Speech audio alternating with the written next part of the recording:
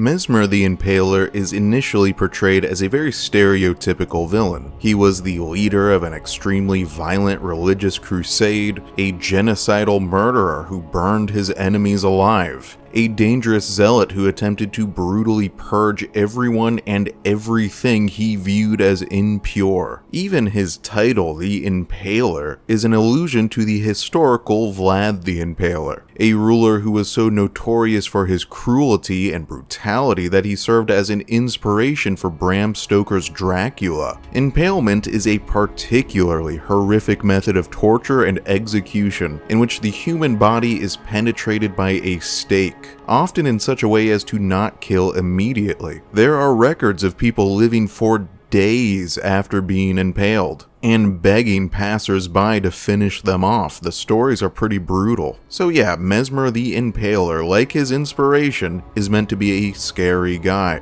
However, despite all of this, as the game progresses, the more his story is revealed, the more complicated his character becomes. It begins to seem as if Messmer is a kind of victim too, that his violent rampage in the realm of shadow was driven by someone else, that he was always just the tool of an even greater villain. In the end, while he is definitely not absolved of his crimes, the audience will probably pity Messmer just as much as they revile him. To fully understand his character, both the vile and the pitiable, we are going to follow his story from beginning to end, from the player's first footsteps in the realm of shadow, through every surprising revelation, all the way to his monstrous and explosive final confrontation. Alright, so let's start at the start. Messmer's story begins as soon as you arrive in the realm of shadow. It is first revealed through environmental storytelling.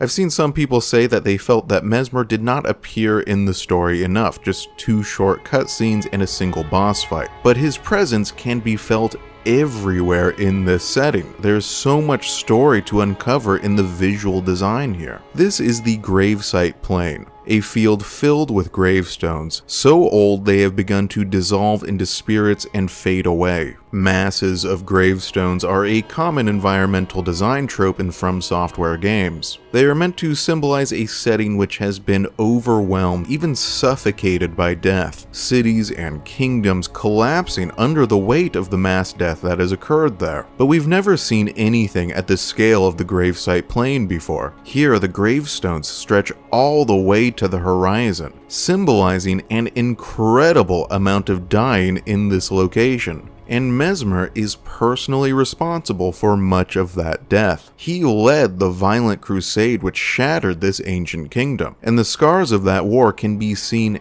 everywhere. One of the very first locations you will encounter is this ruined town, where every building has been demolished. Corpses have been strung up from trees, and the few survivors stumbling among the rubble have transformed into shadow beings, their bodies dissolving into shades. Nearby, you will run into your first furnace golem. These are titanic iron baskets, filled to the brim with still burning corpses. If you look closely, you can see that many of these people died while reaching out through the bars in an attempt to escape, which means they were thrown and piled in here while they were still alive. They were burned alive in this thing. These furnace golems are tools of mass torture and execution employed by Messmer's crusaders. Follow this road and you will reach the Castle Ensis, where hundreds more corpses have been impaled and burnt, executed by one of the most horrific methods possible. And over all of this looms the ominous Shadow Keep, the Black Fortress of Messmer the Impaler,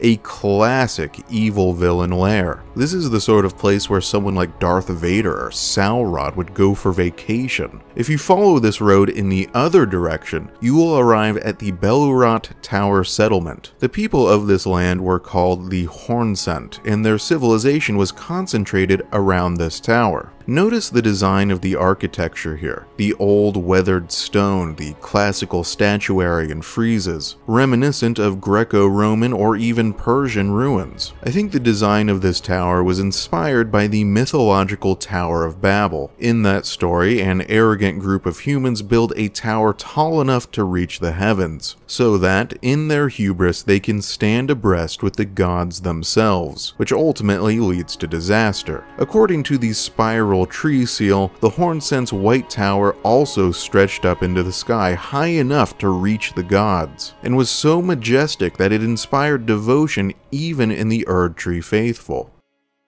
Through this visual design, the civilization of the Hornsent is being portrayed as far older and more ancient than the Golden Order of the Lands Between, which, for the most part, has a later European medieval-inspired design. And this ancient civilization has been utterly ruined by Messmer's crusade, destroyed, shattered all the way down to its foundations. Messmer did not just kill the people here, he destroyed their very way of life. This is cultural genocide. Except maybe not. Later, when we explore the Shadow Keep, we will find that its largest tower has been converted into a storeroom, in which Messmer has preserved thousands upon thousands of ancient tomes, presumably looted from Belurot and other Hornsent settlements. Contrary to what we would expect, Messmer has made some effort to preserve the cultural and historical artifacts of his enemies. This is one of those moments where his character gets more complicated, where he begins to seem like more than just a generic evil fantasy villain. No explicit motivation is ever given as to why he chose to maintain this storeroom. According to the description of Fire Knight Hilda's spirit ashes, it was some of the Fire Knights, his closest comrades, who insisted on the preservation project, but the final decision lay with their commander. For whatever reason, Messmer allowed himself to be convinced to maintain a massive library dedicated to the Hornsent's collected historical knowledge, even as he continued to slaughter them by the thousands. This reveals something about his character, that he is perhaps not the total, unwavering zealot we first presumed him to be. But let's return to the Belurot Tower settlement. If you look up from these ruins, you will notice something strange. The tower around which this city was built has been shrouded in shadow and surrounded by tangled dark branches that prevent entry. According to the Hornsent Grandam, the tower was obscured by Messmer himself, but she does not explain why. After seeing this, you might begin to suspect that there is something else going on here. Messmer is not just here to murder every Hornsent he can find, he's also here to hide something up in that tower, but we'll discuss that more later. So what is going on here? Why is Messmer slaughtering all of these people in the first place? What are his motivations? The Crusader insignia partly answers that question. Its description reads, a talisman depicting a raised spear on a backdrop of flames, in remembrance of the lives lost in the Sacred Crusade led by Messmer. The warriors who fought in the crusade set aside both honor and mercy to wantonly impale and scorch those deemed impure. Those who felt invigorated by each cry of death were the same men who were certain of the sanctity of the campaign. So it was a religious crusade to destroy those deemed impure. Other item descriptions speak to the brutality and violence of Messmer's campaign. For example, the Black Knight helm description reads, a rotten odor stubbornly clings to it. Perhaps it arises from the tainted nature of the blood that splattered upon it, or perhaps it is the wearer's own blackened soul festering after endless slaughter. And the description of the serpent flail reads, a flail with coiled snakes for bludgeoning heads. Fire roars within the snakes' bodies, inflicting horrible burns. Some of Messmer's army used these flails to burn Hornsent, to brand them with agony and fear. So the Crusaders were not just killing the Hornsent, they were torturing them. They were invigorated by their cries of pain. They delighted in spreading terror among their victims. The description of the Messmer's soldier armor set makes it clear that this was not an honorable or noble war. This was a war of slaughter and carnage and murder. But why did Messmer and his Crusaders target the Hornsent? Why were the Hornsent deemed impure? That question is answered by the description of the fine crucible feather talisman, which reads, "A talisman fashioned from thin feathers that embody the aspects of various creatures, said to have grown on the human body long ago. Hornsent view the crucible as sacred for the refinement wrought through its evolutionary gifts, most prominently their entangled horns. We know from the Crucible Knight armor set that the crucible was the primordial form of the Erd tree, its predecessor. Those touched by the crucible, like the Omens, the Misbegotten, and now the Hornsent, have humanoid bodies with surprising additions, wings and tails, and, most notable of all, twisting, spiraling horns. In the lands between, those touched by the crucible are reviled. The Omen are forced to live in the sewers or have their horns violently cut off. The Misbegotten are enslaved and mistreated. But the people of the tower had a different perspective. They viewed the touch of the crucible as divine and holy, that the changes it brought to the body were something to be celebrated. So, at least in part, this was a religious war between those who worshipped the Erd tree and those who worshipped the crucible, those who despised its changes to the body and those who welcomed them. But I think there is more going on here. The Hornsent are treated even worse than the Omen and Misbegotten. The Omen may be persecuted, but they are at least still allowed to exist, whereas the Hornsent are slaughtered without mercy by the tens of thousands. Skipping ahead, when we defeat Messmer, we gain access to his armor, whose description reads, "On his mother's wishes, Messmer made himself a symbol of fear, undertaking the cleansing crusade she desired."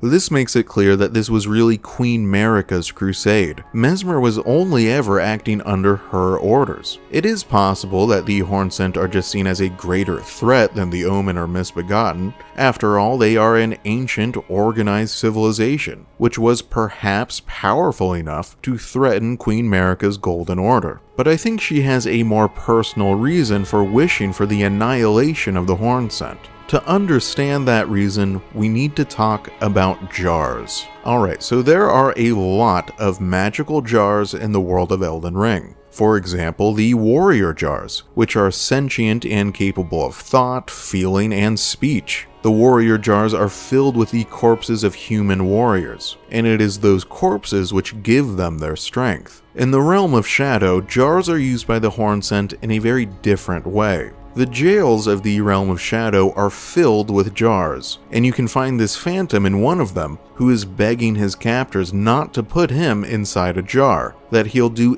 anything to avoid that fate. So the Hornsent use jars to punish criminals. The potentates of Bonny Village are the special butchers who know a particular method of carving up human bodies and shoving them into the jars. After this method is applied, the chopped up flesh placed in these jars eventually coalesces and is reborn into these horrific living meat blobs. But it is not just criminals who receive this terrible treatment. In Bonny Village, you can find this phantom who is speaking to his next victim. And he says, "For pity's sake, your place is in the jar. Nigh sainthood itself awaits you within. For shamans like you, this is your lot. Life were you accorded for this alone." I have been told that, in the Japanese version, the term being used here is Miko, which is usually translated as shrine maiden rather than shaman. Historically, Japanese shrine maidens were young women who performed important spiritual works at religious sites, such as communing with spirits or with the divine. This additional context will be important later.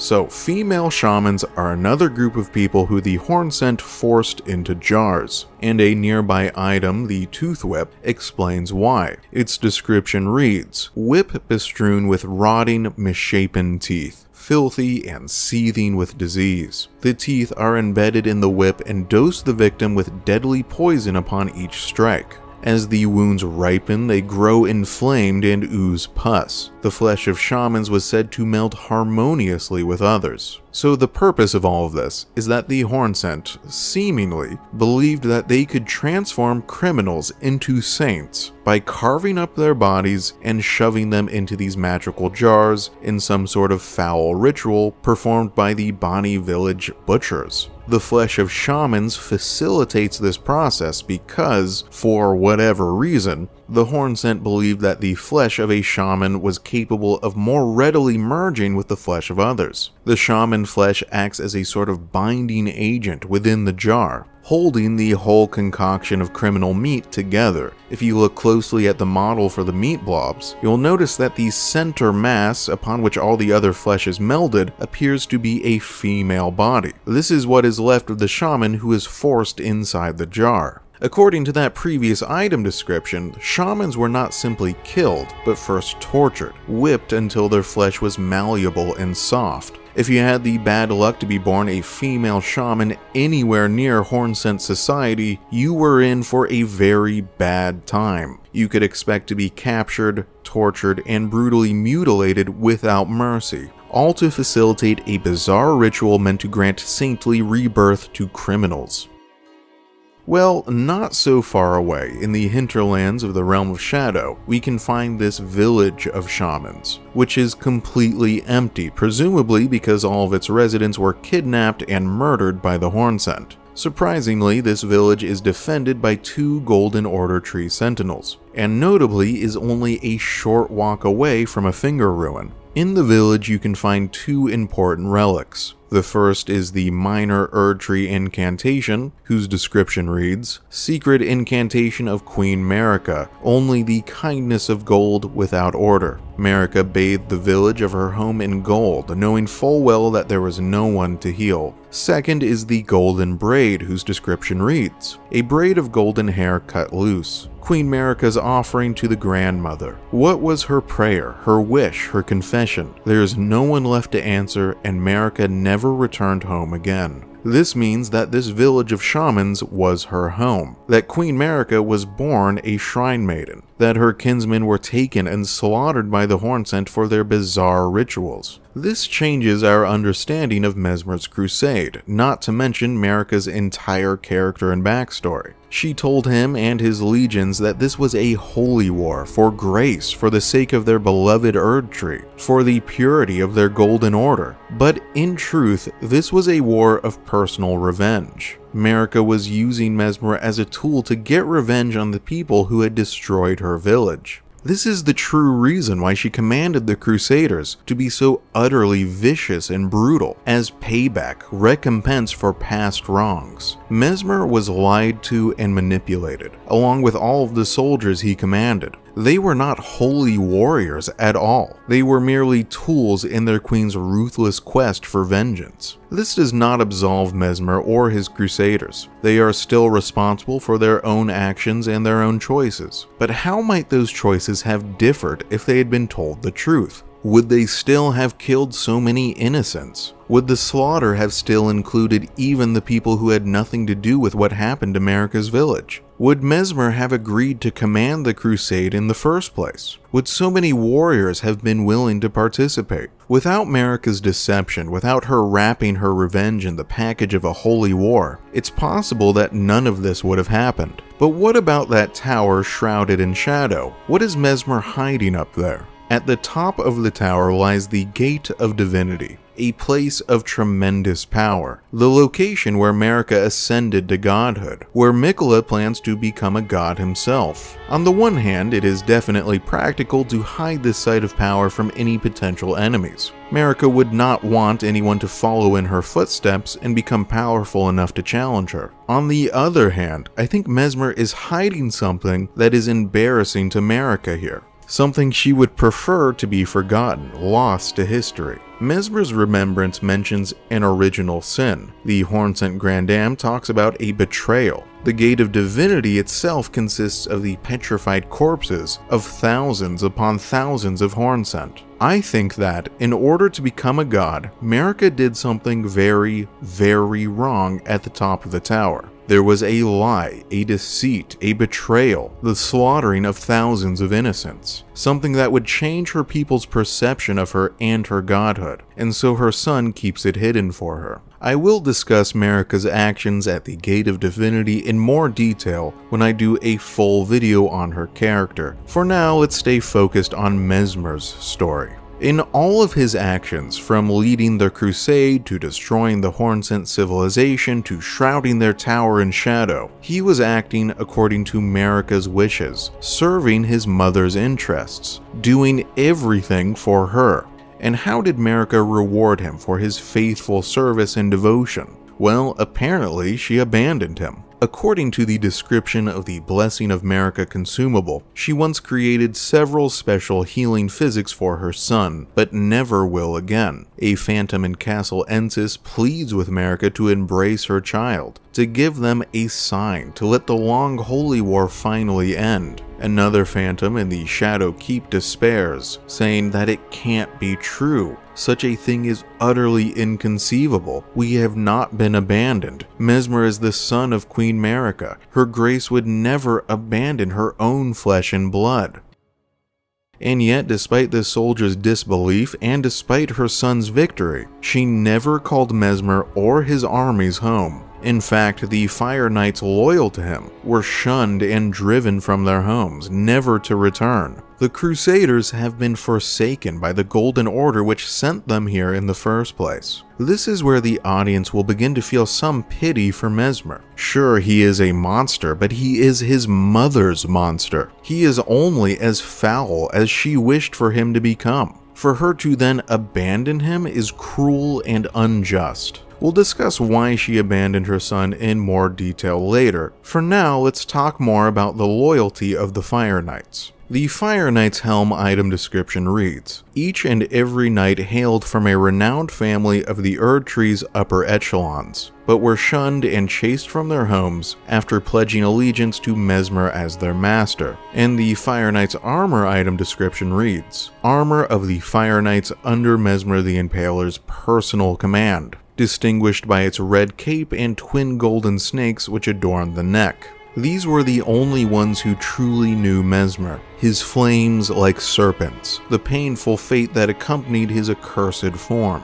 The Fire Knights were close companions of Messmer, and even though they knew his true form, his curse, his frightening serpentine nature, which according to the description of the Black Knight Commander Andreas' spirit ashes caused other loyal companions to revolt, even knowing the truth, the Fire Knights chose to stay by their leader's side, at great personal cost to themselves. And the Fire Knights were not the only ones who remained loyal. There is also Rolana, the Twin Moon Knight, whose remembrance description reads, once a Carian princess, Rolana disavowed her birthright and chose to stand at Messmer's side instead, knowing full well that not even the brilliance of the moon could grant him succor. Before long, she became known as the Sword of Messmer. And then there is Commander Gaius, whose remembrance description reads, both were as elder brothers to the Lion, and both were cursed from birth. In spite of, or perhaps because of this very reason, Gaius was both Messmer's friend and the leader of his men. From each of these descriptions, we learn that Messmer was able to inspire extreme levels of loyalty and friendship in his companions. Many different people from diverse backgrounds chose to follow him no matter the personal cost. In this, I think Messmer is meant to be a direct foil to Mikola. Mikola is also able to inspire extreme loyalty in followers from a very diverse set of backgrounds, but he does so through magical charms. He essentially brainwashes his followers, and as soon as his charm is broken, they start killing each other. Messmer inspires the same kind of loyalty, but without any magical charms. There is something about his character that people choose to follow, to believe in, to stand beside. But let's return to that description of Black Knight Commander Andreas' spirit ashes. It reads, the Black Knights were the primary force of Messmer's army. Their leader was Andreas, a man endowed with great strength and command over the powers of the Crucible. Though he remained a devout follower of Messmer after his flight from the Erd Tree, he would rebel after learning of his liege's serpentine nature. His righteous stand was rewarded with imprisonment in an underground tomb. And the description of the Black Knight Captain Hugh's spirit ashes read, second to their first Knight Commander was Hugh, a man with agile command of both twin blade techniques and the powers of the Crucible. Though a champion of the divine beast hunt, he followed his father Andreas into rebellion against Messmer, and like his father, he too was imprisoned in an underground tomb. Messmer mourned the loss of a brother in arms, and Messmer's remembrance description states, "A malevolent snake writhed within Messmer, and so his very mother plucked out his eye and put in its place a seal of grace. Yet having done so, her fear compelled her to secret away her child within the realm of shadow." When you put all of these together, along with the fact that the Fire Knights were also driven from their home afterwards, it becomes clear that Messmer was born cursed, and because of this curse, he had to be sent away. The people of the lands between must have reviled him. The nature of this curse caused some of his closest brothers-in-arms like Captain Hugh to revolt against him, even as others chose to remain by his side. And Messmer is not the only child of Marika to be born cursed. Morgott, Moog, Mikola, Melania, and even Melina were all born with different curses too. In fiction, cursed children are a symbol of the parents' sins. Marika's wrongdoings and flaws are represented by the cursed nature of so many of her offspring. So much that is wrong in Messmer's story can be traced back to her. Returning to Commander Gaius's remembrance, it states that Messmer was an elder brother to the Lion, most likely referring to Radahn. This means that Messmer was a mentor, probably even a friend to Radahn, who we know was a pretty cool guy. Everyone in the lore seems to look up to Radahn, and at one point in his life, Radahn looked up to Messmer. This makes it seem that if Messmer's life had followed a different path, if his mother had not abandoned him or lied to him, Messmer's story could have been very different. He could have been an inspiring or even heroic figure in the lands between, if only they had been more accepting of him. But that was not to be. This is the point in the analysis when we reach the ultimate confrontation, when Messmer finally appears on screen. We fight our way to the very top of the Shadow Keep where we reach Messmer's throne room, which is surprisingly dark for a supposed champion of the Erdtree's Golden Order. There is no shining golden light anywhere to be found in this arena. Messmer spends all of his time brooding in the dark. Now, let's watch the cutscene that plays inside, and ask yourself, how is Messmer's character being portrayed here? Okay, here it is.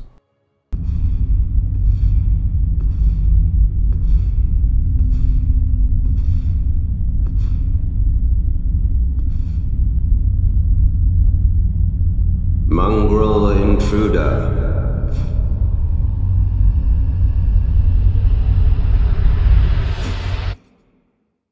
That tarnished, it seemeth.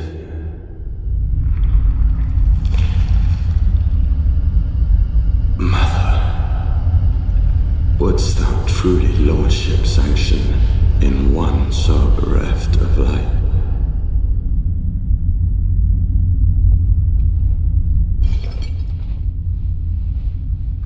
Yet, my purpose standeth unchanged. Those stripped of the grace of gold shall all meet death.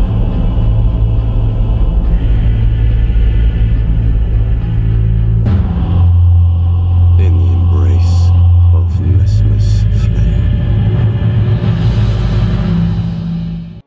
The cutscene begins with Messmer playing his stereotypical villain role. He says in a commanding but also kind of bored voice, "Mongrel intruder." But then his delivery softens. You can hear surprise in his voice when he recognizes the player character as a Tarnished. From the rest of his dialogue, it becomes clear that he believes the Tarnished was sent by Marika, who he is still calling Mother, though that will soon change. He is shocked that Marika would allow a Tarnished, someone stripped of grace, to become the next Elden Lord. The whole point of Messmer's crusade was, supposedly, as commanded by Marika, to purge the impure. And now it turns out that a supposedly impure person is being allowed the highest position in the Golden Order? But he chooses not to question it. He decides, my purpose, given to me by my mother, is to kill anyone without grace. So that's what I'm still going to do, regardless of how circumstances have changed. I will not betray my mother's commandments. The purpose she gave to me, no matter how foul. At the beginning of that scene, we also immediately see Messmer's close association with serpents, but I'll discuss that more in the next scene. And so the battle commences, and when you get Messmer's health low enough, a second cutscene plays. In this one, we finally see the nature of his curse, so here it is.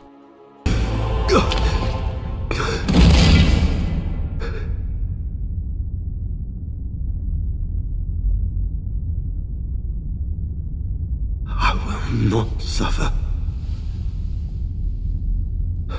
Our Lord, devoid of light,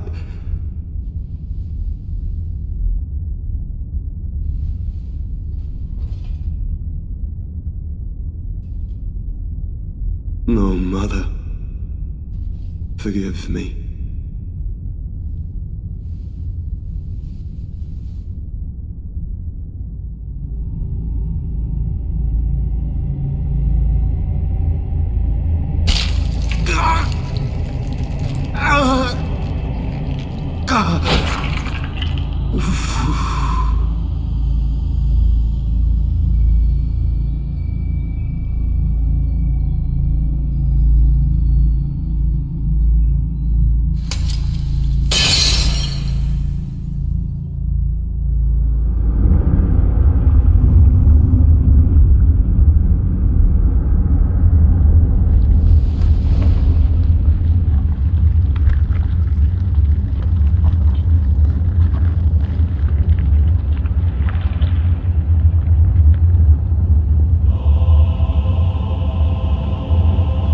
Soon tarnished.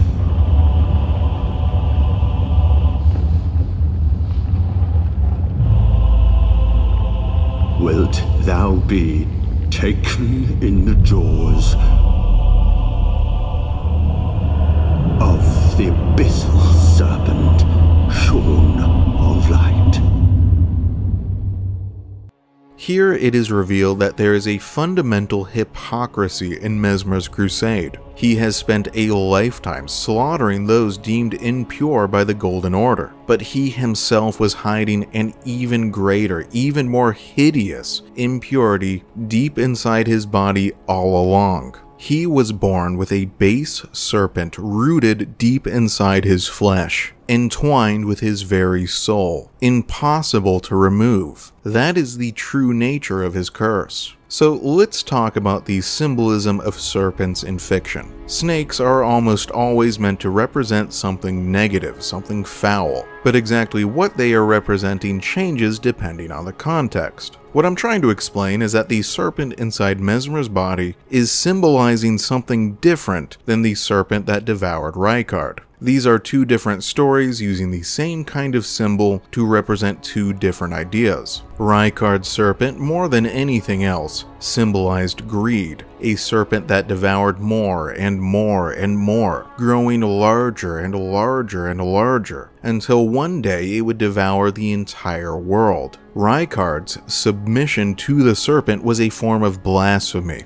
a rebellion against the greater will in the Golden Order, against everything they had declared divine. Messmer's serpent is something very different. I think his serpent represents, most of all, sin, and not Messmer's sin, but Marika's sin. Her wrongdoing, reborn as a curse in her son's body. If you look closely at his visual design in his second phase, you can see the shape of a serpent bulging in the flesh of his arms and legs. You could actually see hints of it in the previous phase too. Throughout the battle, he actually transforms into a serpent during his attacks. The serpent is so deep inside him that he practically is a serpent. This should be a very familiar sort of development to the audience by this point. We've seen this happen before. For example, during our battle with Morgott, when we force him to reveal his omen-cursed blood, or during our battle with Melania, when we force her to embrace the scarlet rot and her body is transformed. Actually, Melania's face after her transformation is very similar in design to Messmer's after he is burned by his own flame. They are both left blind. It is also similar to when Godfrey kills Sarosh, casts off his noble, lordly exterior, and embraces his true identity as the barbarian Horalu. Elden Ring is full of characters hiding who they really are, their true selves, in order to fit into the rigid expectations of the Golden Order.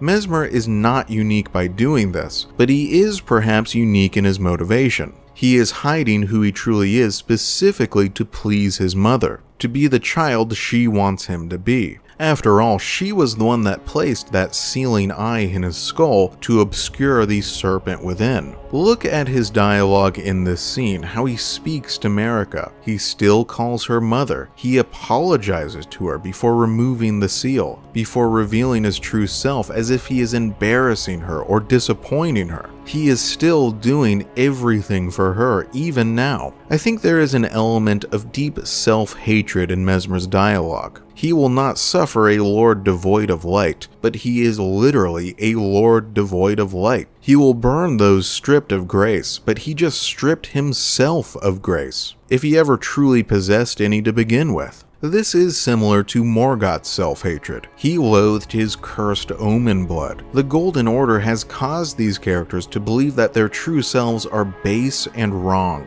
deserving of persecution. Because they are true believers in the Golden Order's hierarchy, they must also truly believe in their own lack of worth in that hierarchy. It's no wonder they are both such angry and miserable characters. Next, let's talk about Messmer's flame. Flames are similar to serpents in that they can be used by writers to represent many different and even conflicting ideas. There are like a dozen different flames throughout the story of Elden Ring, from the Giant's Flame of Ruin, to the Ghost Flame of the Dead, to the Black Flame of the Godskin Apostles, and they all represent different ideas. What I'm trying to explain here is that Messmer's flame is unique. He is not wielding the flame of the giants or anyone else. This is a new flame, a new symbol meant to represent something else. This is a flame of violence, of destruction, of warfare, of misery and suffering, of hatred, of all those things Marika inflicted on her enemies, now being inflicted upon her in the form of her child. Instead of confronting this curse, a symbol of her own sins, she chose to hide it, to turn it against her old enemies, and then to abandon it. When you finally defeat Messmer, listen to what he says.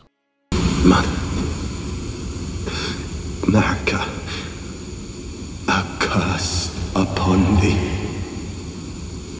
First, he calls out to his mother, but then he catches himself. He changes his mind. For the first time, he refers to her as Marika. And by doing this, he disowns his familial connection to her in the same way that she has disowned him. In his final words, he curses her. If you look behind Messmer's throne, you can see this statue that he chose to keep close to him at all times. It depicts Queen Marika holding an infant, symbolizing her love for her children. It is important to note that this is one of the only statues of Queen Marika in the Realm of Shadow that has not been beheaded. At first, I assumed it was the Hornsent who were doing this, which makes sense, of course they despise her. But then I noticed that even the statues in Messmer's own camps and fortresses have been defaced too. I think this is representative of the Crusaders' anger towards their queen. But Messmer held on to this one. He kept it close. He did not allow it to be defaced. I think he wanted to hold on to that idea of motherly love, to this idea that his mother still cared about him. But in his last moments, he finally lets go of that hope, finally accepts the fact that he has been left to waste away and die alone. And that is why he curses his mother with his last breath. Taken as a whole, I think Messmer is one of the most complex antagonists From Software have ever constructed. On the one hand, he is absolutely a monster. He is a murderer. He is a hypocrite. He cannot be absolved of those crimes, no matter how tragic his personal story.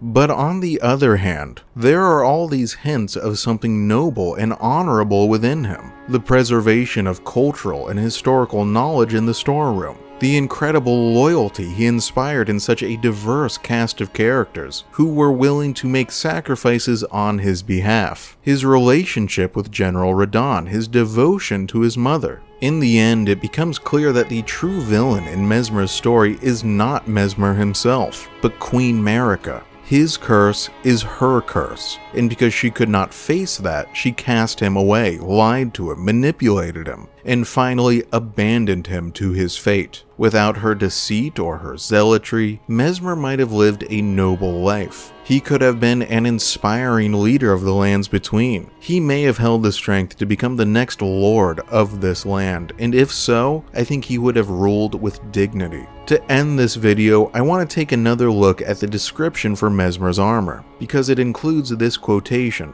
"Direct thy maledictions, thine ire, and thy grief towards me alone." He chose to accept all the blame, all the anger, all the sorrow for Marika's crusade, to direct it all towards himself, perhaps an even more corrosive rot than the one which infected Melania, and he chose to serve as a barrier between his mother and all those who hated her. And what did she ever do for him in return? Queen Marika has long seemed an ambivalent and obscure figure to me. It has been challenging to pin down her motivations, how much she is to blame for the miseries and curses which infested her golden kingdom. But after all this, she has never looked worse. I have never been more certain that Queen Marika, not the Greater Will, not the 2 or 3 Fingers, not Radigan, not any of their children, not any of the other outer gods, that she is the true villain of this story. Not because she is evil, but because of her failures as a leader and as a mother. And I will fully examine her story eventually, but not yet. For my next video, I will examine the other major antagonist of Shadow of the Erdtree,